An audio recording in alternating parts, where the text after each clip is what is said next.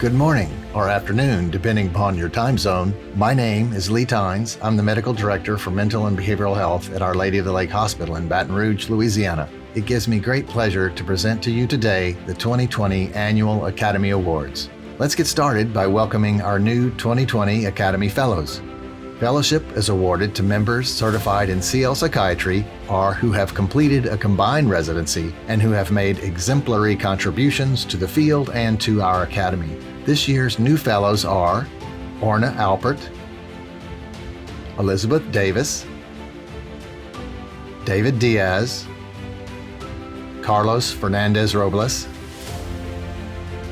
Cheryl Fleisch, Christina Garza, William Heron, Kimberly Hartney, Xavier Jimenez, David Kroll, Malika Lavakumar, Craig Lichtman, Don Lipset, Aaron Pinkasoff, Davin Quinn, Rachna Rezangani, Maria Rueda Lara, James Rostad, Aaron Sterenson, and John Taylor. My congratulations to you all. Next, the Webb Fellow Awards. Each year, the Academy selects a small number of outstanding residents and fellows for the William Webb Fellowship Program. The program is named after William Logan Webb Jr., a past president of the Academy, and aims to foster future leaders in CL Psychiatry by providing mentorship and networking. I'm delighted to announce this year's Webb Fellows. They are Shixi Max Zhang, University of South Florida;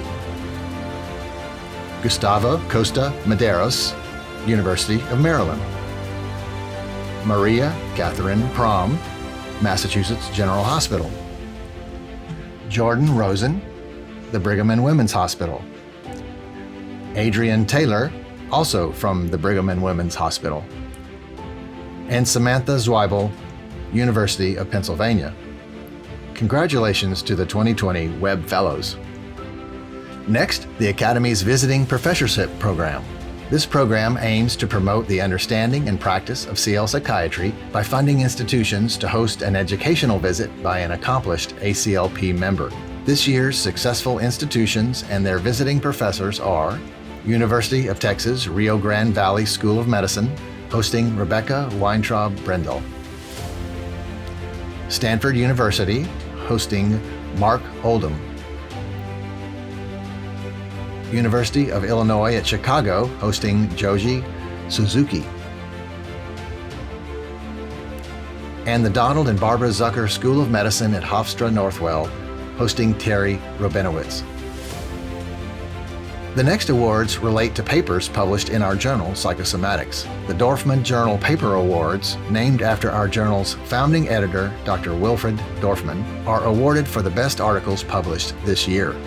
This year's award for Best Case Report goes to Carolina Mlynick and colleagues for their paper, Long-Term Consequences of Chronic Naphthalene Poisoning in a Patient with a Mothball Use Disorder.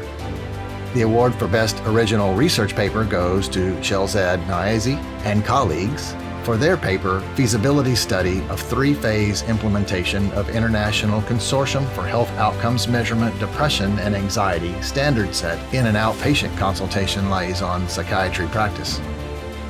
And the award for Best Review goes to Elizabeth Reisnar and Douglas Wilcox for their paper, Functional Coma, 2 Case Reports and a Review of the Literature. The next award is for the best paper submitted to this meeting. The DeLynn Fisher Clinical Research Award is named after Barney DeLynn and Keith Fisher, both past Academy presidents, friends, and frequent research collaborators. The award this year goes to Christian Gones, PhD, a health psychology postdoctoral fellow at the Veterans Affairs Eastern Colorado Healthcare System in Denver, for his paper entitled "The Columbia Suicide Severity Ratings Scale is Insensitive to Suicide Risk After Emergency Department Visit." Congratulations, Dr. Gones. Next, I have the pleasure to present the Don R. Lipset Award. This award is supported by the ACLP Foundation and recognizes special achievement in integrated and collaborative care, a topic long championed by Dr. Lipset. This year's Lipset Award winner is Dr. David Katzelnick from the Mayo Clinic. Dr. Katzelnick has played a key role in the dissemination of the collaborative care paradigm. He will present a lecture on integrated behavioral health in the age of COVID. We will now hear from his nominator, Dr. Jeff Staub. Hello, everyone. I'm Dr. Jeffrey Staub, professor and chair of the Department of Psychiatry and Psychology at Mayo Clinic in Rochester, Minnesota. And it is my pleasure today to introduce Dr. David Katzelnick, who is this year's winner of the Don R. Lipset Award for Achievement in Integrated and Collaborative Care. Dr. Katzelnick was educated at the University of Colorado and then Northwestern University and was a teacher before entering medicine. He returned to Colorado for his MD and then to the Massachusetts General Hospital for residency. The work that Dr. Katzelnick did that merits his recognition this year began in the early 1990s when he was a distinguished scientist at the Dean Foundation in Middleton, Wisconsin. And he and his team then found that patients who received diagnosis of depression and prescriptions for antidepressants that a good percentage of them did not refill their prescriptions. And so that was one piece of evidence that we needed to improve the care of patients with depression in primary care settings. Now, his work was contemporaneous with that of Dr. Wayne Caton, who we all know as a pioneer in the collaborative care model. And eventually, the two of them collaborated and began parallel and then joint research studies. Dr. Katzelnick played an important role in the dissemination of collaborative care because he advised a consortium of hospitals here in Minnesota about the need for a different funding strategy for those services. And in collaboration with the Institute for Clinical Systems Improvement, launched a demonstration project in which the state of Minnesota through Medicaid and the major insurers here agreed to pay for care coordinators. And of course, they serve that pivotal role in making the collaborative care model work.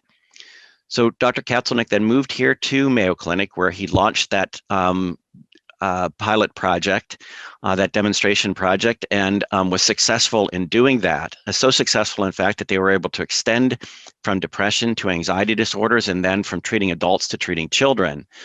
As a result, the CMS a few years back agreed to pay for the care management strategy in allowing collaborative care to extend throughout the United States.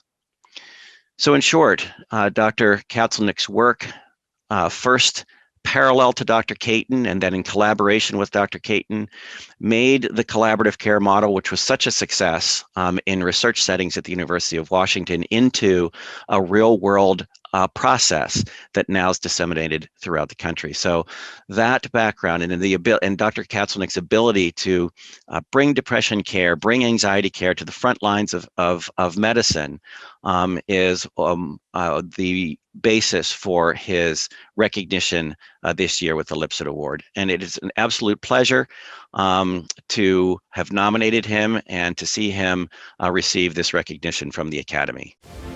Congratulations, Dr. Katzelnick. Next, the Wayne Caton Research Award, which recognizes exceptional research in CL psychiatry and is named in memory of Wayne Caton, a past Academy president, dedicated clinical researcher, and the father of the collaborative care movement. This year's winner is Dr. Bernd Loh of the Department of Psychosomatic Medicine and Psychotherapy in Hamburg-Eppendorf, Germany. He will present a lecture on somatic symptom disorder, out of date or more timely than ever. We will now hear from his nominator, Dr. Jim Levinson. Professor Bernd Loh is professor and director of the Department of Psychosomatic Medicine and Psychotherapy at the Center for Internal Medicine at University Medical Center in Hamburg-Eppendorf, Germany. He completed his MD degree at Ruprecht Karls University in Heidelberg, where he also completed his advanced degree in psychology. He subsequently completed a research fellowship under Kirk Cronke here in the United States at Indiana University. Certifications are different in Germany, but he has the equivalent of board certification as a psychotherapist, as well as in internal medicine and in psychosomatic medicine, which in Germany is a subdiscipline of internal medicine. He carries other roles. He's the deputy head of internal medicine at his university medical center, as well as the director of the Institute for Psychotherapy there. And he serves as the associate editor for the Journal of Psychosomatic Research. He's an accomplished scholar with over 320 peer-reviewed publications and 24 grants. My personal reason for nominating Dr. Lowe for this award was that I was on the DSM-5 committee that came up with the new diagnosis of somatic symptom disorder. And Dr. Lowe's research, more than anyone else's, has provided a firm basis to establish its reliability and validity. In 2016, in fact, he founded the Euronet Soma network. It's a research network of investigators all across Europe interested in improving healthcare for patients with persistent symptoms. His other work has demonstrated the power of psychotherapy for eating disorders in medical settings, as well as psychotherapy for medically unexplained symptoms. In a sense, he's a counterpart to Wayne Caton in that Dr. Lowe's research demonstrated the effectiveness of collaborative care for depression in primary care settings in Germany. And like Wayne Caton, perhaps his greatest legacy will be his mentorship. Professor Lowe has so far trained about 150 people in CL psychiatry and psychosomatic medicine. Congratulations, Dr. Lowe. The next award is the ACLP Foundation Research Professor. This award recognizes a preeminent research leader and invites them to lecture at the annual meeting. Awardees share their knowledge and experience with other researchers and provide ongoing mentorship to early career researchers. This year's Research Professor Award goes to Dr. Jeff Huffman of the Massachusetts General Hospital. Dr. Huffman is well known to Academy members and currently serves as the editor of General Hospital Psychiatry. He will present this year's Research for Researchers session on the topic Publishing Your Work, One Editor's Strategic Tips for Researchers. We will now hear from his nominator, Dr. Nancy Byatt. Hello, I'm delighted to take this time to honor and celebrate Dr. Jeff Huffman for being awarded the ACLP Foundation Research Professor Program. The ACLP Research Professor Program was launched in 2016 in memory of Dr. Wayne Caton. Wayne was the Academy president from 2012 to 13 and a beloved contributor to research, mentor, and member of the Academy. He was a pioneer in consultation-liaison psychiatry research and collaborative care. The goal of this award is to bring leading researchers to the annual meeting and to provide mentorship to early career researchers. So it's just a pleasure to honor Jeff with this today. Jeff is a professor of psychiatry at MGH and Harvard Medical School. Jeff has developed and tested extensions of the collaborative care model within inpatient cardiology settings through multiple funded RCTs. He's also developed and tested positive psychology-based interventions to promote physical activity in patients with a wide range of medical conditions. He's published over 170 papers in peer-reviewed journals, most of which he's first or last author on, demonstrating his impact. As far as ACLP, he's been committed and an active member of ACLP. He's been the chair of the Communications Committee and the Research and Evidence-Based Practice Committee. He's also been on the council for 6 years. He plans to continue to be a part of research mentoring and to collaborate with ACLP with a particular focus on building bridges between ACLP and APS, where he's currently on the APS Council. Most importantly and relevant to this award, Jeff has provided direct and substantial mentorship to numerous current and prior investigators in consultation-liaison psychiatry. He served as mentor on multiple K Awards and also as a primary mentor on multiple other projects, including mentorship for 5 Webb Fellows. So please join me in congratulating Jeff on receiving this award and also in congratulating his mentees who will have the opportunity to excel under Jeff's mentorship. Congratulations, Dr. Huffman. In addition to giving a lecture at the meeting, the research professor also provides mentoring to 3 research mentees over the coming year.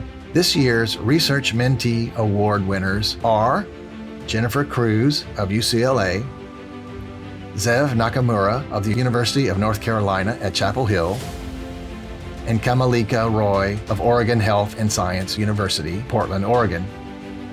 The next award is an important one. It is the Eleanor and Thomas P. Hackett Memorial Award. The Hackett Award is the Academy's highest honor and is presented to a member who has demonstrated distinctive achievements in training, research, clinical practice, and leadership. The award is named after Thomas P. Hackett Jr., a longtime leader in the field of CL psychiatry, and his wife, Eleanor. The 2020 Hackett Award winner is Dr. Michael Bostwick, a CL psychiatrist at the Mayo Clinic. Dr. Bostwick has a national and international reputation as an expert in suicide. He is also well known to Academy members for his creativity and artistic talent. He has made vast contributions to leadership, scholarship, mentorship, service, and teaching in CL psychiatry for more than 25 years. Dr. Bostwick has given the Hackett Award lecture earlier today with a typically personal introduction by one of his nominators, Dr. Rebecca Brindell. If you missed it, the recording is available to view and I would recommend it. Congratulations, Dr. Bostwick.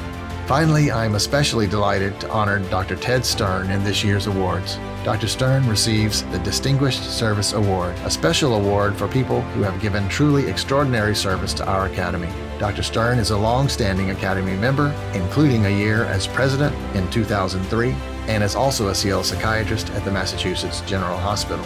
Amongst his many contributions to the Academy, he is probably best known for his 13 years of service as editor-in-chief of the Academy journal, Psychosomatics, a post that he will retire from at the end of this year. Listen now as Ted tells us more about his work in an interview with Academy President Dr. Michael Sharp. So, Ted, I'm very pleased to be able to have this opportunity to talk with you as part of our awards ceremony. Pleasure is mine, Michael. As the winner of our award of our Distinguished Service Award, which is only given on occasion to really distinguished service. And I just wanted to talk to you a little bit about your very long service with the Academy. I mean, how long ago was it that you joined, Ted? If my memory serves me, I think I joined the Academy in 1987. 1987. Can you remember what made you join? So at the time, I was being mentored by Tom Hackett and Ned Kasem, and they had told me that this would be a great organization to be a part of and to join, and so I did. And so has it been a great organization to be part of? There's no question in my mind that it is the organization that I've been involved with over the past few decades, that I go to each and every year and work with and work for, rather than others that are more widespread, covering all types of psychiatry. This has been my professional home. Indeed. And I know that you served as president way back in 2003. You've received, fittingly, the Hackett Award. But a particular contribution you've made, of course, has been as editor-in-chief of Psychosomatics. Tell us about your relationship with Psychosomatics. It's a long relationship. It is a long relationship, and it was initiated by getting to know and to work with Tom Wise, who also was a past president and Hackett Award winner of the Academy. And he was a very long-running editor-in-chief of Psychosomatics, serving as the second editor-in-chief of the journal following the tenure of Wilfred Dorfman, who was the initiating editor-in-chief. And when Tom and I got to meet each other at meetings and work together on committees and symposia, he gave me the opportunity to be an assistant editor. And I think I was an assistant editor of the journal for about 20 years. Good grief. Before when Tom stepped down at the end of 2007. After a search, I was selected as the third editor-in-chief of the journal, starting in January 1st, 2008, which means that I am finishing my 13th year as the editor of Psychosomatics. That's tremendous, long relationship. What have been the high points of it, Ted? Well, the high points for me, which may not be the same as the high points for members of the Academy, were that I got to see up close and personal the thoughts, the work product, the research studies, the experiences of literally thousands of members of the consult world, and to know how they're thinking and portraying what they do. And that ability to read, review, comment on, help to edit and copy edit accepted manuscripts kept me abreast of everything that was happening in consult. And that informed my clinical practice, my research endeavors, my teaching and mentorship, and my work on the journal. So I've always found it incredibly stimulating to see all this work coming across my desk. Every day there's something new for me to read, to learn, and to know about. So that's a long period of time. So if we add up all your assistant editorship and the editorship, it's a long span of time. Are there particular trends or changes in what you see coming to the journal that you've noticed over that period? So it probably follows the trend of all of consult psychiatry. In the 1950s and 60s, psychosomatic medicine, as it was then called, was more about the psychologic aspects of illnesses and potentially their cause and effect relationship. So many of the studies and reports that came to the journal were psychological understanding of things. And over the past few decades, we've gotten much more biologic in our understanding of conditions and their treatments. So that's been a major change. Throughout, I don't think it's a change for what we did, but we've continued to have case reports and case series because clinicians in our academy tend to value them highly as a way of bolstering clinical reviews, research studies, and perspectives. So I've been delighted to keep the case report section of the journal vibrant so that people can get what they need, even though that's not a section that tends to generate as many citations as the review articles or original research articles do. And what do you think? There may be people watching this who maybe are thinking of becoming an assistant editor or some other role. What's the best thing about being an editor? You've mentioned all the papers you see. Are there other really good things about being an editor? Well, I think for me, being an editor, not just for this journal, but for being on about 7 other editorial boards, you get to see the work of other people and you get to hear and work with other people's perspectives. And that difference allows one to gain perspective on where you are and where the field is going. So I think it's part of good citizenship to be invited by an editor-in-chief to join a board and to serve as an assistant editor or associate editor. I don't think the workload for most assistant editors is time-consuming.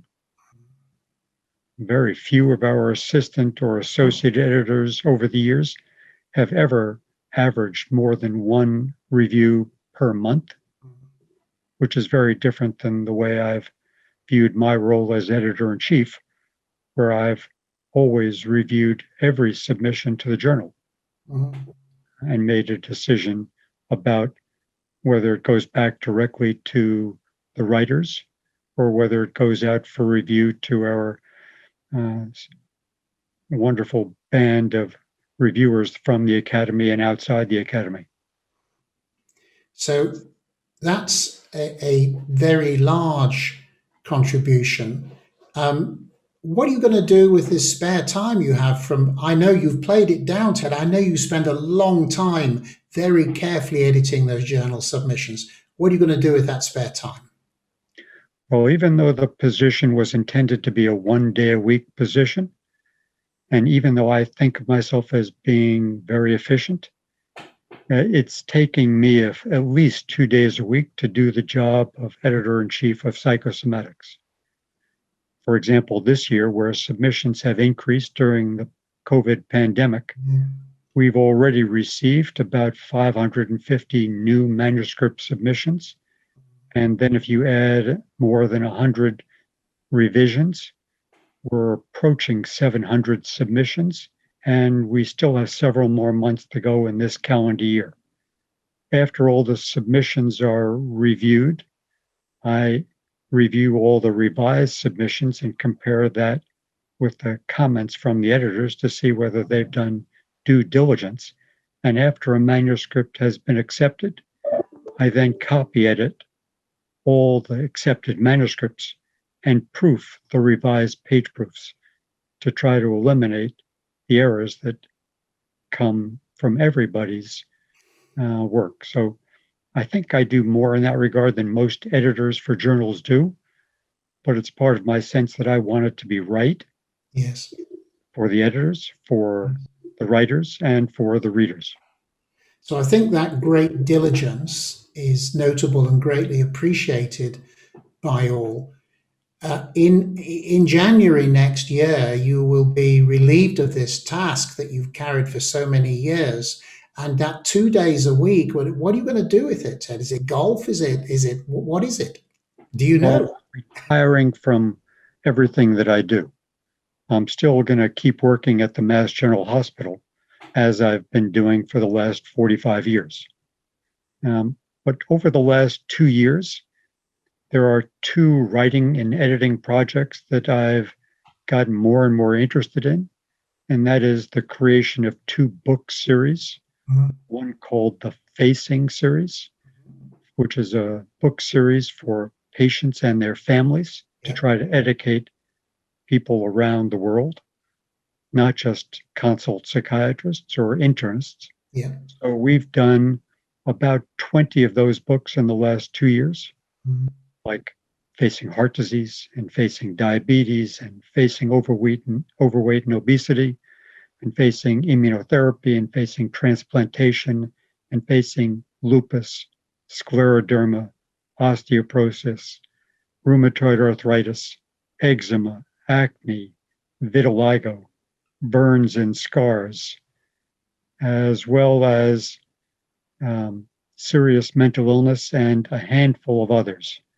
And over the next 2 years, I plan to do another 20 of these Facing books to educate the population and give them practical advice, because we ask and answer practical questions for those readers, and we fill the back of the book with a glossary of terms to teach people the medical jargon that they will encounter when they're with their clinicians.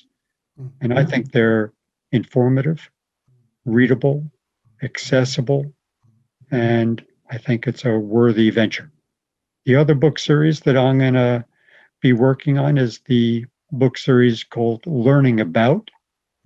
And these are books for multidisciplinary learners, trainees and clinicians in psychiatry, nursing, physical therapy, respiratory therapy, and more. And so far, I've done 6 of these books, things like learning about suicide assessment, learning about agitation and delirium, learning about neuroleptic malignant syndrome, catatonia and serotonin syndrome, learning about informed consent and other legal issues, and a variety of these other topics. And I plan to do another 15 to 20 of these books as well. Now, that may seem like a lot on my plate for the next few years, but even though it takes time to do these things, I do it because for me it's fun, it's engaging, and I hope and expect that others will value the learning style. For example, the Learning About books start with a pretest, then are created by doing a program text that builds knowledge sentence by sentence in a workbook style, and then follows with a post-reading test, so you can chart out how much you've learned in the several hours that it took to go through each book. So, Ted, your richly deserved Distinguished Service Award for the Academy, which has included this very long stint as Editor-in-Chief for Psychosomatics, which will end next year, clearly is not going to be the end of your contribution to the field. You've made that very clear. And I certainly hope it's not an end to your very active contributions to our organization. So on behalf of the Academy, I wish to thank you so much for this incredibly hard work and dedication to the field that we all love. Thank you. It's my pleasure. Thank you very much. Congratulations, Ted. Well, that's it for the 2020 Annual Academy Awards, and it's clearly a year for the books. I'd like to thank all the ACLP committee members who worked hard to judge these highly competitive awards, and express our appreciation to all those who submitted applications. Congratulations to all the award winners once again, and thank you for joining me today to recognize their accomplishments. I hope you enjoy the rest of the meeting.